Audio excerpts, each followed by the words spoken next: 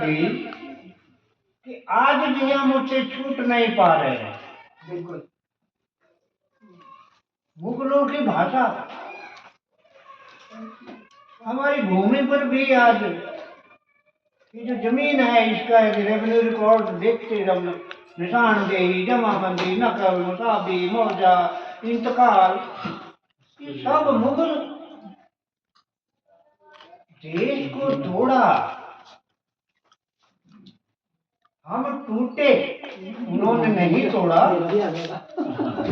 हमारा था, हमारे पूर्वजों का कि देश सिकोड़ दिया, हमने स्वीकार करते गए। हम लोग बड़ी देर बाद यदि जागे भी तो उनसे तो पीछा छुड़ा लिया, लेकिन उनका रहन सहन, खान पान, भाषा, बोली, तौर तरीका, जीवन यापन का वो सारा अपना छोड़ करके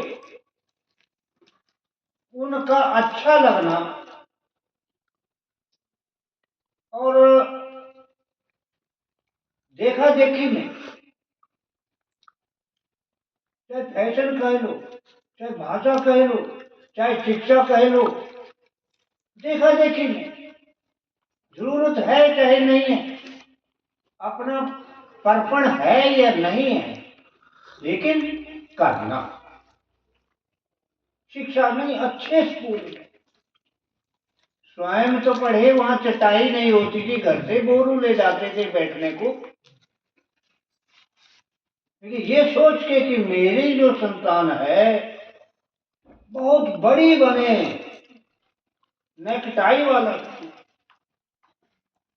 कहां से सीखा?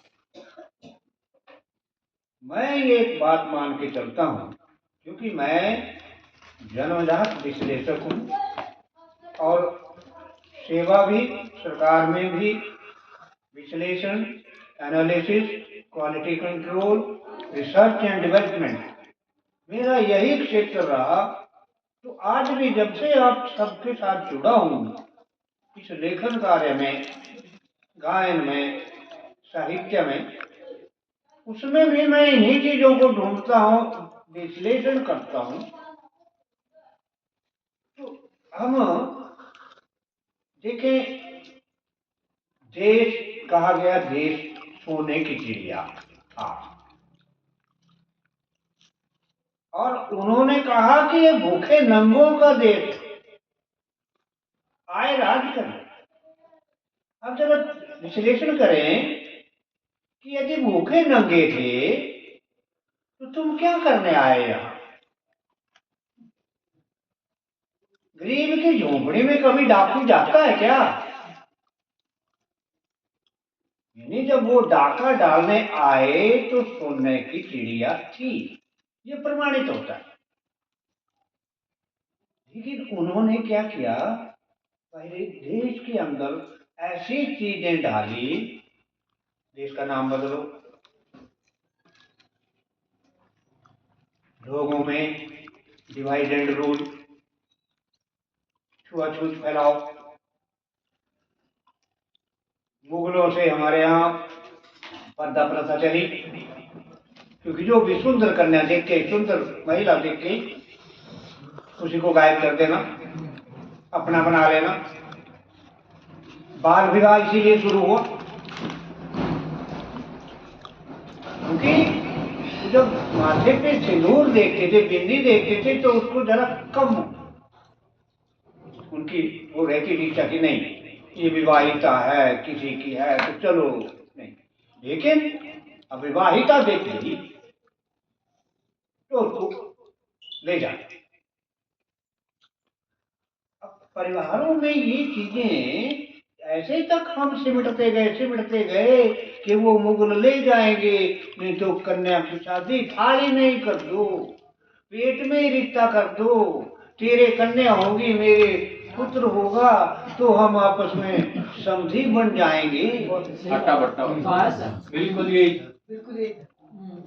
अब ये परिवार, उसके बाद अब थोड़ा समय की कमी है, विषय बहुत लंबा, बहुत गंभीर। और यदि बचना है, देश को बचाना है, अपनी जान को बचाना है, तो इस पर बड़ी गहराई से मंथन करना होगा।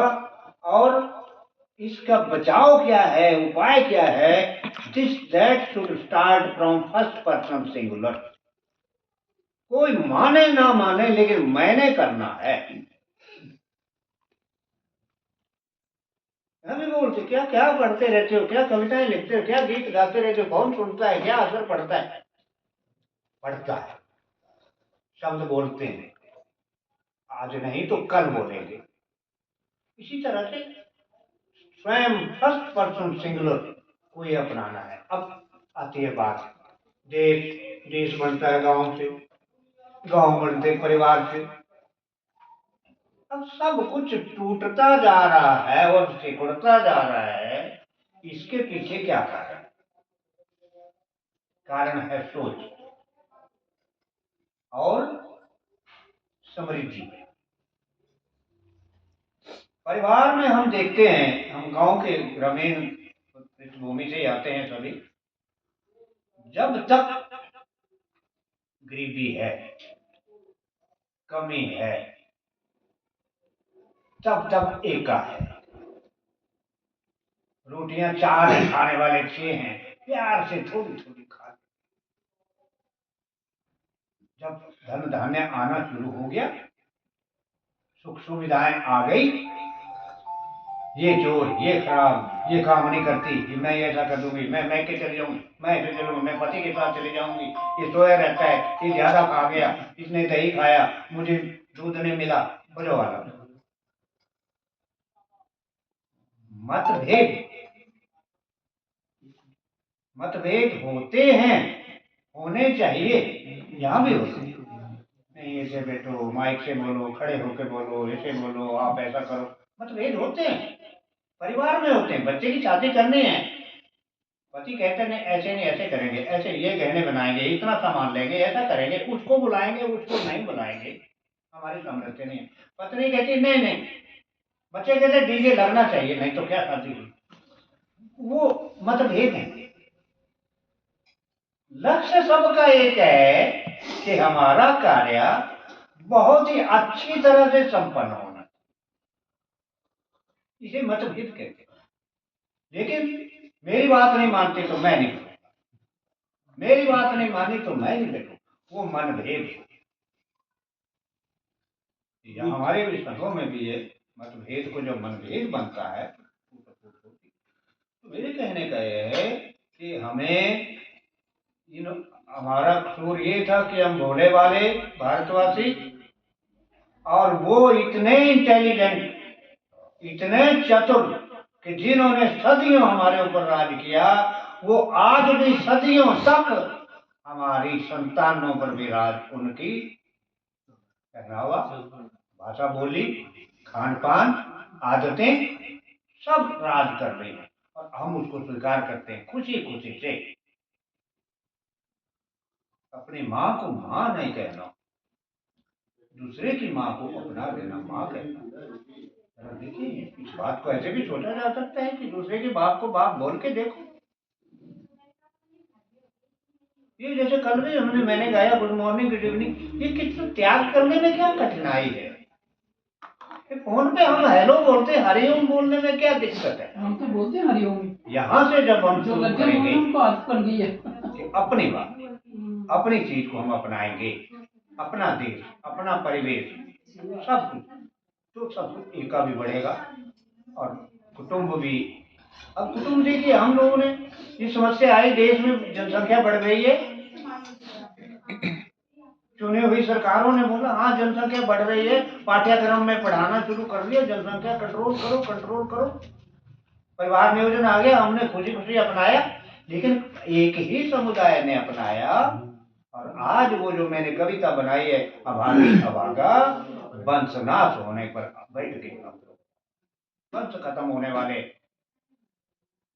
इसमें सैकड़ों वर्षें नहीं लगने वाली, दहाइयों में, बहुत जल्दी। क्योंकि वर को कन्या नहीं मिलेगी, कन्या को वर नहीं मिलेगा, मिलेगा तो संतान नहीं होगी, इतनी बड़ी उम्र में ज्यादा शादियां हो रही हैं, बड़ी कठिनाई से तलाक हो रहे हैं, छोटी मनभेद बढ़ रहे हैं, तो परिवार कहाँ, संतानें नहीं होंगी तो परिवार होंगे कहाँ, कुटुंब बनेगा कहाँ? इन्हीं शब्दों के साथ मैं समझता हूँ इतना ही कहना इसमें पर्याप्त है। बहुत अच्छा